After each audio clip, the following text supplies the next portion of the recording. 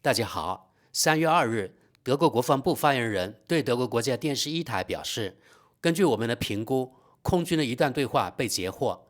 该发言人称，目前无法确定社交媒体上流传的录音或书面版本是否被修改。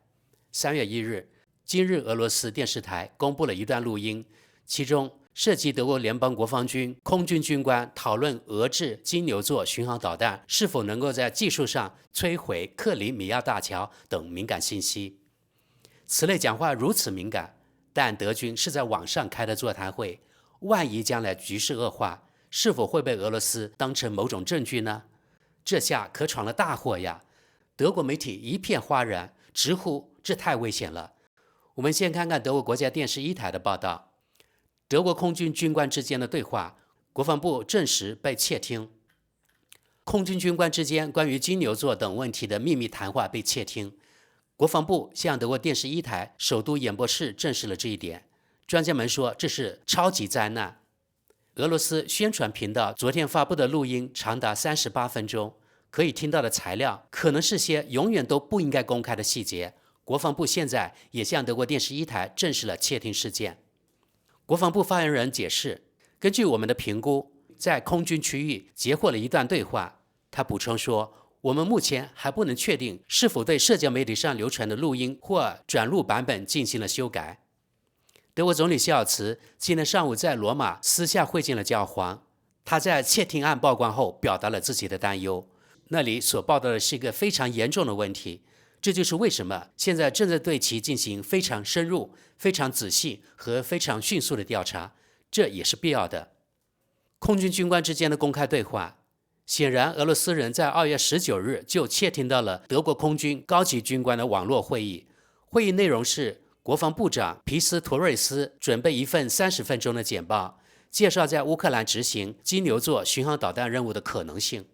其中军官们公开谈论了在乌克兰当地行动的美国和英国军队，并讨论了为执行金牛座任务在德国培训的乌克兰人员的可能性。另一个话题是对刻赤大桥使用武器，此桥连接俄罗斯大陆和克里米亚，只是冰山一角。德国的国防政治人物现在要求进行全面澄清。基民盟国防政治人物基斯维特对德国电视一台说，联邦国防军必须澄清这一点。总的来说，联邦国防军必须在通信技术方面实现自身的转变，因为现在发现的只是冰山一角。他认为俄罗斯人正在监听进一步的对话，一旦有机会就会公布。俄罗斯人的意图是什么？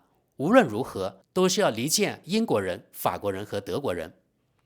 这可能取得了部分成功，部分原因是爆炸性的内容信息被公之于众，比如来自伙伴国的士兵在乌克兰实地开展行动的信息。基民盟基社盟政治人物哈恩要求德国总理在国防委员会上就此案发表评论。几近超级灾难。西德电视台调查记者弗拉德等专家表示，这不仅仅是德国联邦国防军明显未得到充分保护的通信渠道被泄露的问题，这一事件绝对是严重的。就安全政策而言，这几近超级灾难，因为其中几件事正中莫斯科的下怀，包括空军督察格尔哈茨在内的高级军官们的说法也与德国总理的说法相矛盾。总理曾以德国士兵必须在乌克兰实地驻扎来执行金牛座巡航导弹任务为由，而排除了其可能性。调查工作才刚刚开始，对这起窃听案的调查才刚刚开始。议会审计委员会，或者可能也叫议会控制委员会，绿党政治人物诺茨对德国电视一台说，所有宪法机构都需要加强对通信的保护。是的，这是一起必须极为严肃对待的事件，我们需要尽快澄清，这究竟是一起孤立事件，还是联邦政府通信的结构性安全问题？目前还不清楚德国联邦国防军将从这起间谍案中有什么后果。国防委员会主席自民党籍的施特拉克·齐默尔曼说，我们必须最终结束我们的天真，网络攻击、间谍活动和虚假信息已经大幅增加，德国在这方面明显处于弱势。这就是德国电视一台报道的全部。我们接下来看看德国网友对此有何评论呢？这不是窃听丑闻，而是违反了2+4条约。德国这是补充，指二战后苏联和东德两国，以及与美国、英国、法国和西德4国签订的条约。东边这两国，苏联和东德是社会主义阵营，西边那4国是资本主义阵营。东西德当时也是冷战交锋的前线。我们继续往下，这不是窃听案，而是战争贩子案。下一条评论，澄清一下，窃听不是丑闻，攻击俄罗斯的计划才是丑闻，你们都疯了。下一条评论，在德国为二战后重新实施攻击计划道歉之后，这是一个关注外交、不交虚假朋友的好机会。下一条评论，军官们什么时候受到审判？下一条评论，金牛座巡航导弹的交付无异于宣战。很高兴这些完全无关紧要的废话终于不再提了，现在我们可以全神贯注于外交了。下一条评论，我们现在知道是窃听了，让我们来谈谈德国空军谈话内容吧。下一条评论，窃听案，这在2个方面都是绝世无双的丑闻。首先是德国军队能够被窃听，以及德国军队正在策划的事情。当德国军官想再次开战时，这是难以启齿的，而你却被不光彩的开除了。下一条评论，美国也窃听了前总理默克尔吗？下一条评论，丑闻不在于间谍案，而在于他所揭露的事实。德国联邦国防军正计划直接攻击俄罗斯。下一条评论，德国人都是白痴。下一条评论，德国的关键职位都是些疯子，这样的事实令人恐惧啊。下一条评论，对这个国家是耻辱。我们现在来看看德国《世界报》对此事报道的读者评论。第一条评论，这里有人知道这意味着什么吗？这4位军官正在讨论军方应该在安全的房间里亲自直接讨论的话题。这些方面让俄罗斯对金牛座巡航导弹有了重要的了解，让重要盟友失去了信任，暴露了德国总理的身份，损害了德国在北约中的地位。这是新苏黎世报说的。下一条评论，与德国现状相对应，更让我害怕的是，这里的一些人仍然相信我们可以参战，并把它展示给别人看。下一条评论，在这个政府的领导下，德国是一个潜在的威胁，对于欧洲的经济、北约的军事和国民来说，这都表明国家没有能力保护自己的国民。这恰恰反映了掌权政客的能力，但他们缺乏自知之明。下一条评论，真正的敏感性在于内容，也许我们应该庆幸这些内容已经被公之于众了。下一条评论，多方之间自由进行国际通信，给人的印象是故意让人窃听的。下一条评论，人人都知道特工部门会窃听，即使是在和平时期，当高级军官通过不受保护的线路传达如此敏感性的话题时，最终只能说明德国联邦国防军是多么的无能，不仅缺乏弹药和武器，而且缺乏与军衔相称的全面培训和与安全相关的行为。下一条评论，不幸的是，在我们国家，事情变得比任何人想象的都要糟糕。如果空军督察周一还在任，那么，但正如我所说，现在一切皆有可能。下一条评论，德国高级军官讨论在德国的帮助下攻击俄罗斯，从而给德国带来战争威胁，而报道的是通讯手段，而不是谈话内容。这就是2024年德国新闻业的运作方式。下一条评论，我听了那段对话，对上层人来说，这不再是模拟游戏，他们正在策划针对俄罗斯的第3次世界大战。德国这个国家的危险并非来自右翼。下一条评论，这次空军军官的讨论比德国右翼选择党参加的波茨坦会议严重得多。实际上，这件事应该导致人头落地，到了无能真是无人能及的地步了。顺便说一句，在行业内的重要会议上，所有相关人员都必须事先上交手机。下一条评论，更让我害怕的是，这里的一些人仍然认为我们可以参战，而且想让任何人知道我们的想法。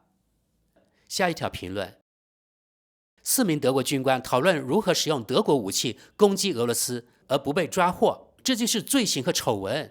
讲得温和些，这公然违反了4+1协议，可能会给整个西欧带来巨大的负面影响。下一条评论，在有史以来最好的德国，无论你走到哪里，都会看到业余主义。不过，这也有一个好处，我们正在通过德语版的《今日俄罗斯》了解我们德国政府的战争计划。下一条评论，这就是今日俄罗斯被禁的原因，这样就没人能知道这些了，一切皆在掌控中。下一条评论，丑闻不仅在于德国军队高级军官自己被窃听了，还在于他们在德国的参与下策划了对俄罗斯基础设施的攻击，并讨论了如何掩盖他们的参与。不言而喻，俄罗斯必须对此发表自己的立场。我认为把这说成是宣传，是对局势的严重轻视。德国最终应该致力于和平谈判，停止火上浇油。下一条评论，窃听谈话是一回事，谈话内容则要严重得多。德国是乌克兰战争的参与者，这个如何收场呢？好，各位朋友，今天的节目就到这里。总之，这次德国空军高层官员由于自己的无知导致被窃听，成了国际笑柄，同时也让外界知道德国确实有参与乌克兰战争及对俄罗斯实施攻击的意图，这才是最严重的。这对德国绝非好事，或许这是德国国家灾难的开始。说真的，我们所有在德国的华人都必须注意事态的发展，因为这牵涉到你我在德国的安全。Ich würde gerne nochmal schnell ergänzen wegen der Brücke, weil wir die uns intensiv angeguckt haben. Und die Brücke ist leider aufgrund ihrer Größe wie ein Flugplatz. Das heißt, es kann durchaus sein, dass ich dafür 10 oder 20 Flugkörper brauche. Also 12 geschätzt, wenn es da, wo sie aufklappt, wenn du die Pfeiler nimmst. Ja, und selbst der Pfeiler, da machen wir unter Umständen nur ein Loch rein. Und dann stehen wir da. Ja. Also, ich sag mal, um da eine valide Aussage zu haben, müssten wir es wirklich selber mal... Ich wollte auch nicht die Brücke wegbinieren, ich will nur sagen, das war so der pragmatische Ansatz. Was wollen die überhaupt damit? Aber wie kriegen die das hin und wie schnell könnte ich die dafür ausbilden? Und am Ende, was bleibt ist, dass wir denen die image-zentralisierten Missionsplanungsdaten geben müssen. Wir müssen denen grundsätzlich die Semobi geben, wenn sie sie nicht selber haben. Und die Target-Daten, die haben wir ja, aber das müsste man denen auch irgendwie zur Verfügung stellen. Weil wenn es um so kleine Ziele geht, dann muss der halt ein bisschen genauer ausgeplant werden als nur auf dem Webpicture. Wenn es auf gehärtete Ziele geht, dann ist das fairly easy und relativ schnell geplant. Wenn man vor allem das exploiten, dass der in zweistelliger Fußhöhe fliegen kann. Und ich glaube, das bringt es ja schon ganz gut auf den Punkt. Wir alle wissen ja, dass sie die Brücke rausnehmen wollen. Das ist klar, wissen wir auch, was das am Ende bedeutet. Dann ist die Versorgung dieser so wichtig, nicht nur militärisch strategisch wichtig, auch so ein bisschen politisch ist die gute Insel da ja ihr Herzstück. Jetzt nicht mehr ganz so fatal, wo sie ja quasi ihre Landbrücke mehr oder weniger dahin haben. Aber und da hat man eben Angst, wenn da die direkte Link der Streitkräfte in die Ukraine geht. Und da wäre halt dann immer die Frage, kann man im Grunde genommen den Trick pullen, dass man unsere Leute abstellt zur MBDA, dass nur eine Direct Line zwischen MBDA und der Ukraine ist. Dann ist es weniger schlimm, wie wenn die Direct Line unserer Luftwaffe zu ihnen ist. Ja. Ich glaube, das macht keinen Unterschied, Ingo. Also wir müssen halt aufpassen, dass wir nicht gleich zu Beginn ein Zielkriterium formulieren. Und ich meine, wenn wir dem Minister jetzt sagen, ich überspitze mal ein bisschen, wir planen die Daten und fahren die dann von Polen aus vom Auto rüber, damit keiner mitkriegt. Das ist ein Killkriterium. Wir werden es nicht schaffen, dass wir mit einer irgendwie gearteten Beteiligung von uns das Ganze umsetzen. Erstmal wenn das von der Firma kommt, müsst ihr erstmal die MBDA dem Ganzen zustimmen, ob die das machen wollen. Ja, das machen die. Aber dann macht es auch keinen Unterschied, ob wir unsere Leute in Büchel das planen lassen oder in Schrobenhausen. Beteiligt ist beteiligt. Und ich glaube, über die Hürde werden wir nicht drüber kommen. Ja, deshalb, gut. Wenn wir jetzt nochmal wenn wir das mal als rote Linie, als Grundlage voraussetzen, dann kommen wir doch mal darauf zurück, was ich ganz am Anfang meinte. Entweder wir müssen die Ausbildung aufteilen, dass wir sagen, wir machen einen Fast Track und einen Long Track. Und im Long Track, dann sind die halt da 4 Monate und lernen es komplett richtig wie mache ich es mit einer Brücke. Und in einem Fast Track geht es erstmal um den schnellen Einsatz nach 2 Wochen, wie weiß ich, was ich mit dem Munitionsdepot mache. Oder die andere Option, wir fragen, ob in dieser Phase, bis die selber komplett ausgebildet sind, fragen wir die Briten, ob es in der Phase übernehmen. Aber ich glaube, eine irgendwie geartete Versuch einer Zwischenlösung, stell dir mal vor, das kommt an die Presse. Wir haben unsere Leute in Schrobenhausen oder wir fahren irgendwie mit dem Auto durch Polen, sind, glaube ich, beides keine akzeptablen Lösungen. Man kann es natürlich so drehen, dass man sagt, also wenn der politische Wille jetzt mal da ist, dann müssen wir erstmal sagen, so, da soll mal einer aus der Ukraine hier hinkommen. Und dann müsste man wissen, ist die politische Vorgabe keinerlei direkte Beteiligung mehr an der Missionsplanung, dann muss klar sein, die Ausbildung dauert schon etwas länger. Und die Komplexität und auch am Ende der Einsatzerfolg nimmt natürlich ab, aber er ist auch nicht unmöglich. Weil es ist ja nicht so, dass sie jetzt nicht schon eine gewisse Erfahrung darin gesammelt haben. Und wir sehen ja selber, was wir gerade sonst alles für Hightech-Zeug einsetzen. Und dann müsste man sehen, wenn es die Vorgabe ist, es gibt ja keine direkte Beteiligung, wir können nicht die Missionsplanung in Büchel machen und sie rüberschicken. Da könnte ich mir fast vorstellen, dass das für Deutschland eine rote Linie ist. Ja, da muss halt klar sein, man muss ja etwas länger ausbilden, dann geht es halt ein paar Monate. Und man kann auch nicht alles damit machen. Aber es ist nicht so, dass man sagt, man kann nichts damit machen und man kann dann eher